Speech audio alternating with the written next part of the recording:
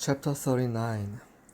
Now Joseph had been taken down to Egypt, and Potiphar, an Egyptian officer of Pharaoh, the captain of the bodyguard, bought him from the Ishmaelites, who had taken him down there.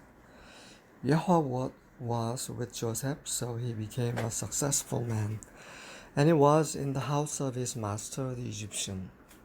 Now his master saw that Yahweh was with him, and how Yahweh caused all that he did to prosper in his hand. So Joseph found favor in his sight and became his personal servant, and he made him overseer over his house, and all that he owned he put in his charge. It came about that from the time he made him overseer in his house and over all that he owned, Yahweh blessed the Egyptian's house on account of Joseph. Thus Yahweh's blessing was upon all that he owned in the house and in the field. So he left everything he owned in Joseph's charge, and with him there he did not concern himself with anything except the food which he ate. Now Joseph was handsome in form and appearance. It came about after these events that his master's wife looked with desire at Joseph, and she said, "Lie with me." But he refused and said to his master's wife, "Behold, with me here, my master does not concern himself with anything in the house, and he has put all that he owns in my charge. There is no one greater in this house than I, and he has withheld nothing from me except you, because you are his wife.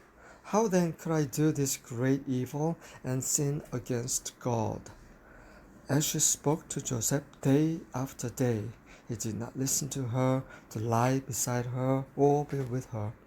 Now it happened one day that he went into the house to do his work, and none of the men of the household was there inside. She caught him by his garment, saying, "Lie with me." And he left his garment in her hand, and fled, and went outside.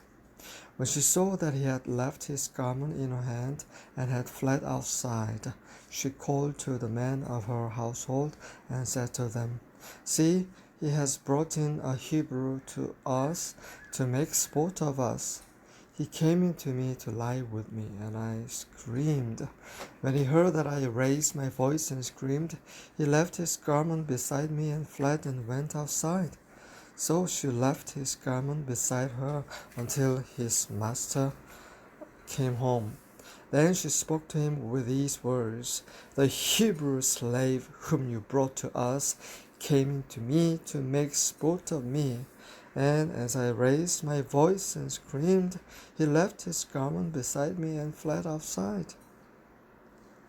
Now when his master heard the words of his wife which she spoke to him, saying, "This is what your slave did to me," his anger burned. So Joseph's master took him and put him into the jail, the place where the king's prisoners were confined, and he was there in the jail. But Yahweh was with Joseph and extended kindness to him, and gave him favor in the sight of the chief jailer. The chief jailer committed to Joseph's charge all the prisoners who were in the jail, so that whatever was done there, he was responsible for it. The chief jailer did not supervise anything under Joseph's charge, because Yahweh was with him, and whatever he did, Yahweh made to prosper.